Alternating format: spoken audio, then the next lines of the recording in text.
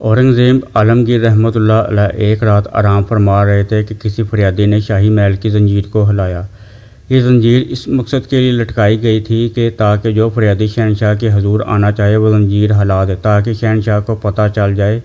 زنجیر ہلی تو اورنگزیب عالمگیر فوراً قلعے کے دروازے پر تشریف لے آئے اور حکم دیا کہ فریادی کو حاضر کیا جائے۔ تھوڑی دیر کے بعد ایک سیغہ کو حاضر کیا گیا۔ سیغہ نے آداب شاہی بجا لانے کے بعد عرض کیا، حضور میں رام نگر سے آ رہی ہوں۔ میری ایک جوان بیٹی ہے جس کی منگنی میری خواہش سے ایک رشتہ دار سے ہو چکی ہے۔ گاؤں کے ذمہ دار کا بیٹا میری بیٹی سے شادی کرنا چاہتا ہے۔ میں نے انکار کر دیا ہے، لیکن اب اس نے ارادہ کر لیا ہے کہ وہ زبردستی میری بیٹی کو اپنی ہوس کا شکار کر لے گا۔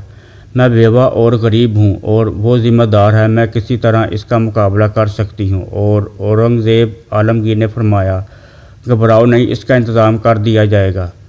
ضعیفہ نے کہا، مجھے آج خبر ملی ہے کہ آج رات وہ اپنے دوستوں کی مدد سے زبردستی میری بیٹی کو گھر سے نکال کے لے جائے گا، اور مجھے یقین ہے کہ ایسا ہو جائے گا۔ میں یہ سنتے ہی ادھر بھاگی ہوں اور ضعیف و پیری کے باعث بمشکل اس وقت تک پہنچ سکی ہوں۔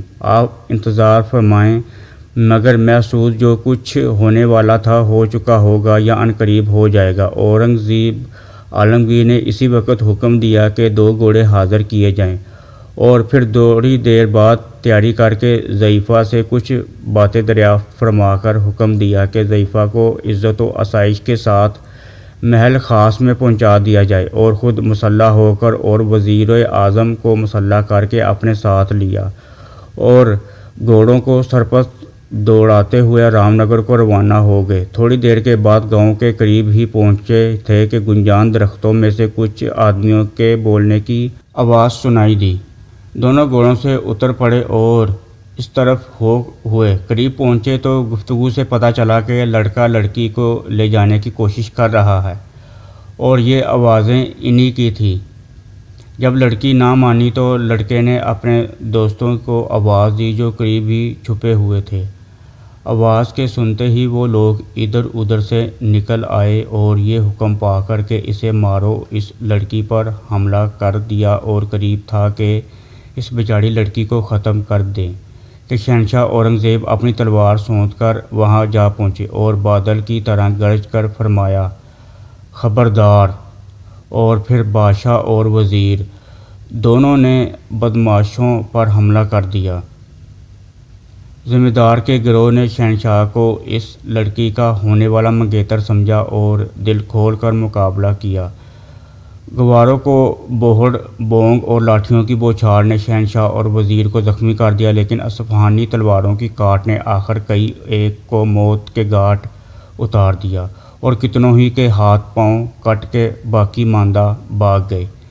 زخموں میں چور شہنشاہ نے اس لڑکی کو، جو اس منظر کو دیکھ کر بے ہوش ہو چکی تھی، گھوڑے کی پیٹھ پر ڈالا اور پیچھے خود بیٹھ کر واپس روانہ ہوئے۔ وزیر بھی زخموں سے نڈال ہو چکا تھا، بادشاہ اسے بھی سنبھالے ہوئے جا رہے تھے۔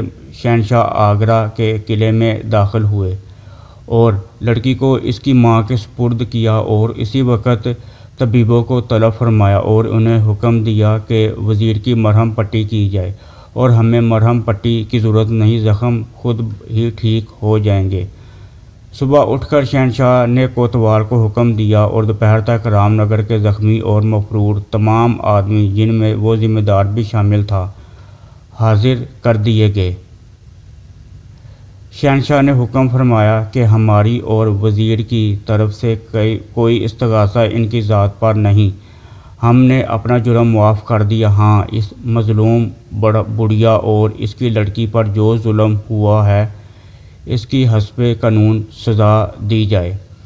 ضعیفہ کو 500 اشرفیاں اورنگزیب عالمگیر رحمۃ اللہ علیہ نے خزانہ شاہی سے دلوائیں، اور جب اس لڑکی کی شادی ہوئی تو شہنشاہ اس شادی میں شریک بھی ہوئے۔